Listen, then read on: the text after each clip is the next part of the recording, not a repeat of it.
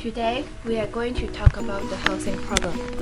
In recent years, the house shortage problem have pushed up the price in New Zealand, especially in Auckland and Christchurch. Housing crisis is being a serious problem. The Auckland Council predicts that the population may grow to 2.2 million over the next 30 years in Auckland. Therefore, the pressure from housing demand is ever increasing. They estimate that around 400,000 extra homes will be required by 2040, and at least 13,000 houses should be built each year thereby. New Zealand simply doesn't have enough homes for every Kiwi family under the national government. They have managed to build about 7 houses for a population of 4.5 million people. This graph shows Auckland's housing demand and supply could not meet each other. From 2006, the housing supply is decreasing. It is lower than the demand. It means that there were many people not living in a house since 2006. The price of New Zealand housing are increasing, which may not be possible to afford it. Most of the property investors bought housing for selling or scrapping only in order to solve this problem. Therefore, our group suggests to adopt the use of container house as a temporary method for solving. Our business idea as a solution to the social issue is an industry that runs the production of prefabricated housing by reusing shipping containers and turning them into an affordable and comfortable housing solution for first home buyers, low-income earners, and to provide a modern way of living at a lower cost. Shipping containers are one of the strongest frames to construct with and are made out of 100% recycled galvanized steel that does not rust. Auckland is suffering from a lack of supply in the housing market, with low rates of new dwelling being constructed since 2005. This is associated with restrictions in planning, time, and costs associated with new builds. Land prices now make up on average 60% of the final built price in Auckland, compared with 40% within the rest of the country.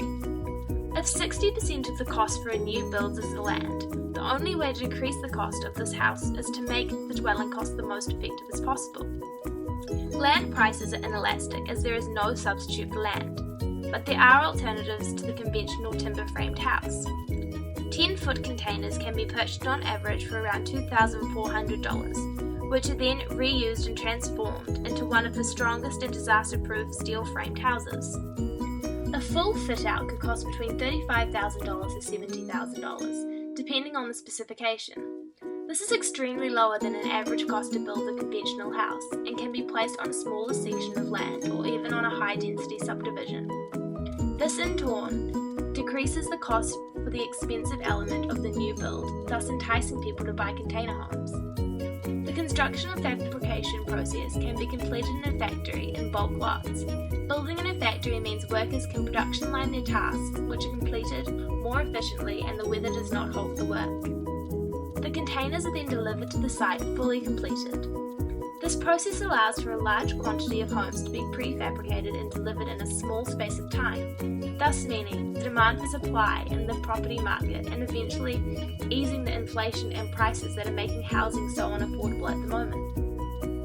As the containers are a new build, LVR restrictions don't apply, and their floor size, 72 square foot for 10-foot container, means they can be placed on much smaller shared sections. All of these factors allow people of lower economic standards to take the first steps onto the property ladder and have more financial security, making container homes a socially equitable outcome.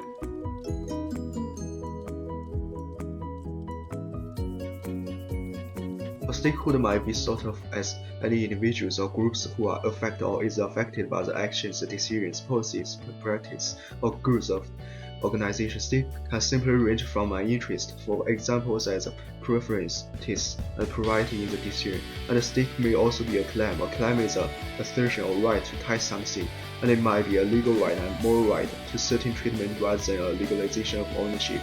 And the legal right indicates when a person or group has a legal claim which has to be treated and protected in a certain way. A moral right just is thought of as it has a moral or ethical right, like in terms of justice, fairness, and equity that have to be treated in a certain way. The last attribute, which is ownership, is perceived as a person or group has a legal claim to have an asset or property in business. For example, a stockholder owns 1,000 shares of this corporation. Taking an instance, our business dealing with the affairs of container housing in order to enhance the quality of people's living.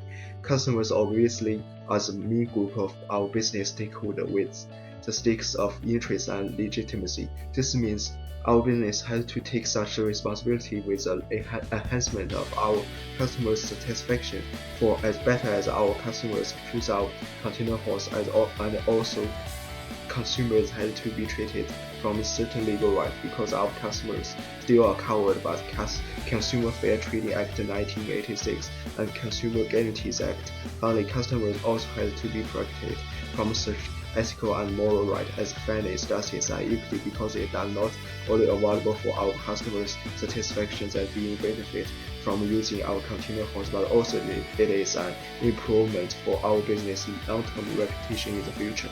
A reference from Carroll and Booker's 2006, The Stakeholder Approach to Business, Society and Ethics, page 67 to 73.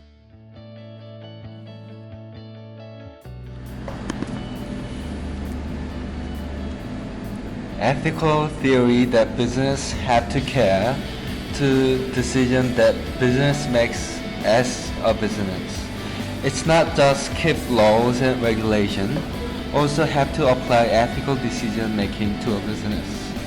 The business proposal that as a container house business, for this case, the theory we can apply is utilitarianism.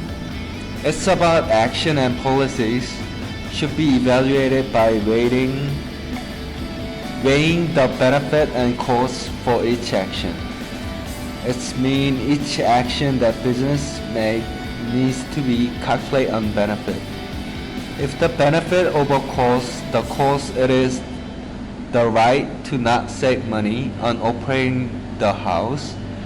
It may lead to a decrease on profit, but can have more potential clients.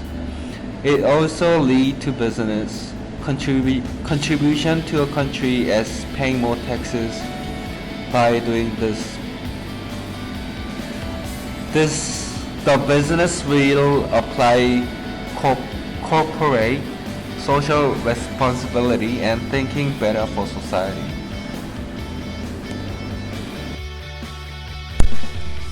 In its simplest form, the concept of sustainability seeks to meet the needs and objectives of individuals in the present without causing detriment to the needs and objectives of those in the future. Sustainability has three areas of focus: social, economic, and environmental, and each of these factors play a key role in ensuring sustainability. In environmental terms, our container homes have a smaller footprint than conventional houses, but offer the same conveniences of a standard home. These houses will also offer superior environmental technology like solar panels and heat pumps, which allow us to reach environmental sustainability and the reduction of overall running costs.